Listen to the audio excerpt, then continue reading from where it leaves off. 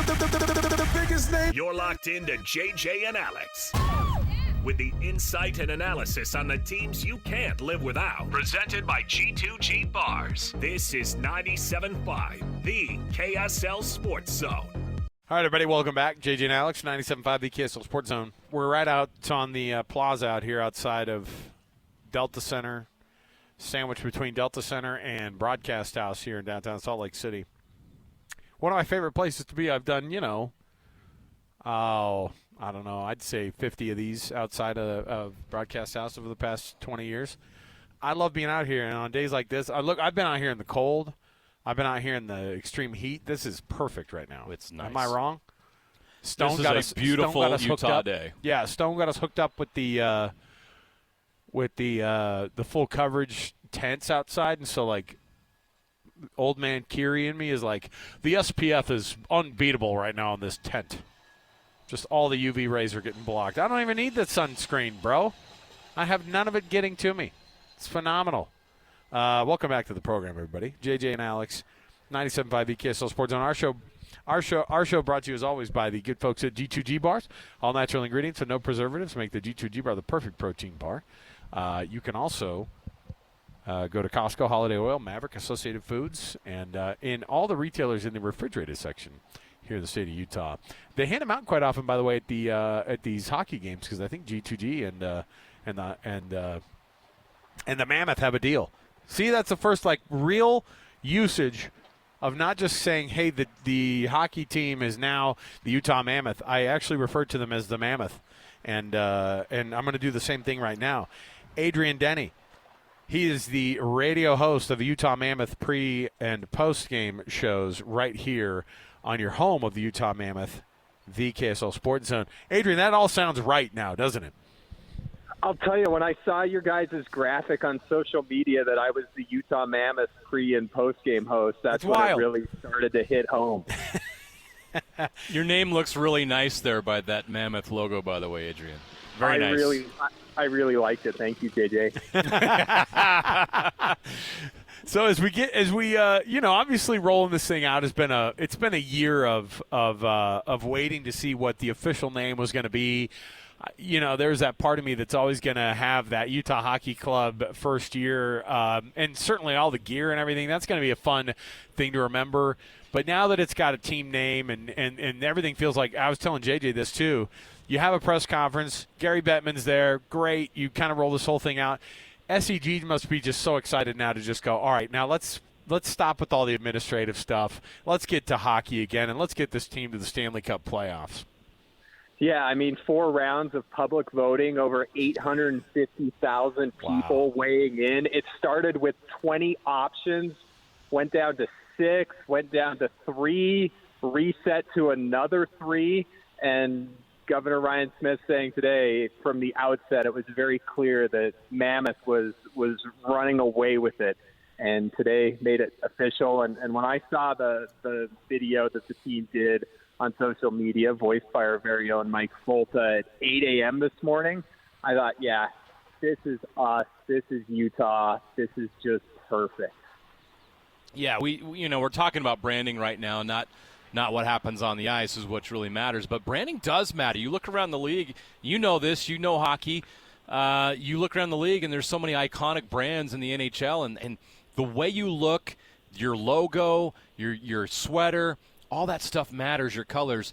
What is it about this look and about this name that you think really stands out and really gives this team a really solid identity to move forward with? It started with the colors that they put together last offseason when we were going to go with Utah Hockey Club for the first season.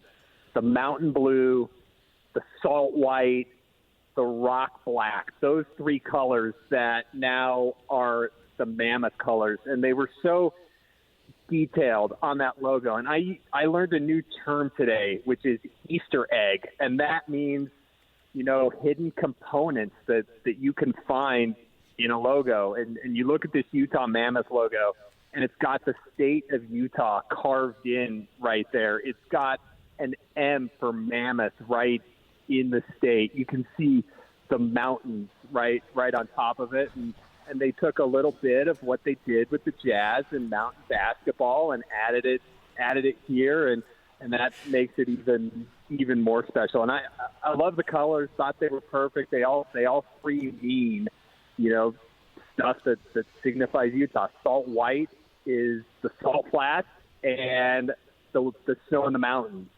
Mountain blue is signifying our Olympic sports, our winter sports history, the over almost 300 days of blue sky that we get here. I round up. And then you look at rock black, that's what our skies look like at night, especially in the mountains. So it's brilliant. You knew whatever it was going to be. It was going to be a perfect rollout, and it was going to be Utah, and it is. I know that these, the players are like, that's great. Sometimes we just think that they go, yeah, that's awesome. Just, put me on the ice. I don't care what sweater I'm wearing. Like, I'm on this team, and I'm a part of this team. But that's what I was wanting to know is, like, do these guys look at it and they go, hey, you know what? Look good, feel good, play good. They love the colors, and like you were saying, the colors were the first rollout that were important, and they were going to stay. But now that with the Utah Mammoth, what have been the players' kind of reactions to the new team name and kind of rolling out this transitioning from the hockey club into the Mammoth? It was so fun to have some of the players at the press conference today. The roommates, Jack McBain and Dylan Gunther, Ian Cole, Oli Mata, head coach Andre Cherney was there. Ryan Smith, I just saw him on the point on ESPN2 with Ashley Smith a few minutes ago with Steve Levy right before tonight's game that's going to be on with the Maple Leafs and the Panthers. And he said watching Dylan Gunther and Jack McBain just going through the team store for the first time this afternoon was a really fun experience. And the fans can see they unveiled the video to Jack McBain and Dylan Gunther earlier today with President of Hockey Operations Chris Armstrong, and they videotaped their reactions as they watched the video, and it was pretty fun. As you kind of go through here now, like you said, I mean, focusing on the hockey part and the real fun begins now with this team. That all the administrative stuff is out of the way. What excites you about watching the NHL Stanley Cup playoffs and then thinking about what this team can do in the future? It's kind of like seeing how teams are built and how they kind of grow along the way. For instance, the Florida Panthers, they all of a sudden build a Stanley Cup contender. They had the best record in the NHL 4 years ago, and then they went to the Stanley Cup final, and then they won it. So you can just kind of see how teams are built. And what really hit me, it was in 2022 when the Avs won it, because watching how they built that team is Nathan McKinnon and Cale Makar and Mikko Rantanen, who's now with Dallas, obviously, as you just kind of watch them grow. They had a 16-win season, and then all of a sudden they're an instant playoff team, and then they're a contender, and then they're winning a cup. And what we saw with this team that was contending for a playoff spot in the first year, it came to Utah. One of the words that the general manager, Bill Armstrong, uses a lot is baked. And this team kind of came to Utah just about baked, ready to go, with a lot of cap space, with a lot of prospects that they can add to the top of what's pretty close to being baked, to being a playoff team every year, which is what Bill has said this week is our expectation for next year and moving forward. The next big thing for the Utah Hockey Club is the NHL draft at the end of June. We were all stunned and shocked to watch them win the second draw in that lottery and move up 10 spots to number 4. Bill Armstrong called it a game changer. Why do you see it as a game changer, and why is that such a big deal? Obviously, we're not going to see that number 4 pick on the ice. I mean, who knows when we're going to see them. Maybe next year, maybe not, but why is that a game changer? Why is what happened Monday a game changer for this franchise? So we went into the day, pretty content that we're going to get the 14th pick, right? Last year's lottery was all chalk. Everybody got where their records were. We were the third team to, be alive, built for playoff contention. with Vancouver and Calgary, and went into it thinking, okay, 14th pick, it's going to be a good player. Here we go. And now all of a sudden, you got the 4th overall pick. You look at players on this team that you can compare that were drafted in the top 10. Logan Cooley was drafted 3rd overall. Barrett Hayton was drafted 5th overall. Clayton Keller was drafted 7th overall. Dylan Gunther was drafted 9th overall. So for the folks that watch the team this year, that's kind of what you look at with number 4. And then you've got Bill Armstrong, and he's a guy that looks at literally every single option. And he's talked for the last couple of years, when you have a lot of picks, you've got a lot of options. And, he's going to evaluate every single option, what's going to put the team in the best spot moving forward. He can draft the best player at 4th overall. That's a given. But there's other options that Bill can look at that now he has much more leverage than we didn't have going into the draft when we thought we was going to have the 14th overall pick. Adrian Denny, Utah Mammoth pre- and post-game show host. I love it when you say that. It sounds crazy, right? It sounds crazy. And I have to get used to it. I mean, frankly, I'm doing it just for the reps of making it sound like that. There are going to be moments where my brain will just go straight back to the hockey club just because we got so used to it over that time. But it helps to stare at Delta Center while I'm saying this. We're right here on the plaza, and we're just staring right out at the and the only graphic. Sometimes they'll rotate through different concerts that are coming through. There's only one graphic up on the big screen out in front of Delta Center today, and it's helping us remember that it's Utah Mammoth now. So, with these NHL Stanley Cup playoffs, what have you liked so far about this? I mean, this is the most we've cared here about the Stanley Cup playoffs. Now I watch it with a very different angle. You start to look at it with a different vibe, because then you look and you say, hey, look at these Western Conference teams. One, how competitive they are, how difficult it is to be in this, even just in the second round of the playoffs, and what it takes to win a cup. I mean, it's insane.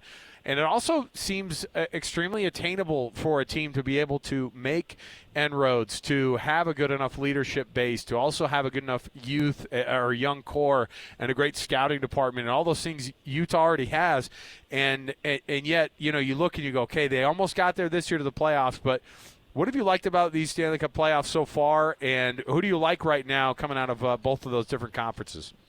Yeah, so the entertainment component, I think we went through a stretch where we had 5 straight days where at least one game went to overtime. We had 5 straight days where a team scored at least 4 or 5 goals. And then I look at those Game 7s in the Western Conference over the weekend from 4 teams in the Central Division. There's 7 teams in the Central Division. Utah is the 5th. Winnipeg and St. Louis went to 7 games. The Jets came from behind and won. Utah went 2-2 against the Jets, 2-2 against St. Louis, and then you had the Game 7 with the Avs and the Stars the night before, where we only beat those teams once each, but we played 3 straight 1-goal games with Dallas before that, and basically the same with Colorado outside of a tough one in October. So I think it shows like how close you are. These teams are in Game 7 to advance to the second round, and you split with 2 of the 4. You played 1-goal games with Dallas, 3 1-goal games, and beat them once, and essentially did the same with Colorado. So I think it just shows how close you are. But gosh, it could use a 3 or 4 overtime game, and it's always fun 12-1 in the morning to still have a game on. Though I have enjoyed it because the NBA's been so good. So hockey gets over, and then you can switch over and watch the last 3, 4, 5 minutes of like Denver, Oklahoma City. Great time here to be a sports fan. And look, I love the NHL playoffs. I love the Stanley Cup playoffs, but I'm watching them differently because of the Utah Mammoth, and I'm wondering what would it be like for the Utah Mammoth to be a part of this? What would it be like for us and for our community to be a part of it? That is the dream and that is the goal, and they've got a lot of options to do that during this offseason. We'll have to see what Bill Armstrong does. But my question for you, Adrian, is if they're going to do that, one of the teams in the Western Conference playoffs has to drop out. Which team is it that gets bumped next year so Utah can find a place? Well, St. Louis was the last team that qualified this year. The other wild card was, Minnesota? Yeah. Minnesota, yeah. So Minnesota started really hot, and then they just kind of backed into it. So I think those two teams being in the division, you look at them and be like, okay, those are our targets. Those are who we want to knock off. Remember, it was St. Louis who only made the playoffs because they won 12 games in a row. Minnesota backed in. Dominic Moore, our television analyst, was saying second half of the year, we need to go on a 7 or 8 game winning streak. Every team that makes the playoffs goes on a run like that. And here's a fun note about Dom, guys. Him and his 2 daughters and Mike Folta have already been to the Natural History Museum today to look at the Utah Mammoth. They just put a sticker on it. Well, if you we were trying to do some JJ and I went to we got online and we started doing our full Wikipedia searches on what types of mammoth there were. It wasn't the woolly mammoth, very different than what you saw. The Utah Mammoth was a very was a different animal, at least, and they have found all sorts of evidence of these animals being here in Utah. Found a bunch of different bones in Orem. I mean, listen, there's all sorts of stuff we can get into, and my kids, of course, will probably come home from school and will have learned a lot about what this mascot means to the state. But Adrian Denny. He is no longer the Utah Hockey Club radio play-by-play voice. He is the Utah Mammoth. I'm going to need the next 5 months to figure this out. We all will. Well, how we're gonna welcome the folks to Hockey Night in Utah. I will get it right, I promise. I think by then we'll all have had the practice. Just do it in the mirror. That's what I did before I showed up to work today. I just said it in the mirror a few times, and that got me there most of the way. Adrian Denny, Utah Mammoth pre- and post-game host. Appreciate it, Adrian. We'll chat with you again, man. Thanks for being on the program. Thanks, Adrian.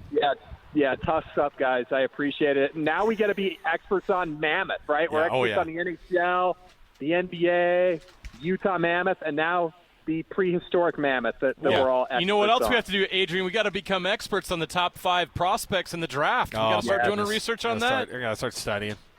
Can't wait to dive in. It's a lot easier to do top 5 than top 14. That's no doubt. Given too.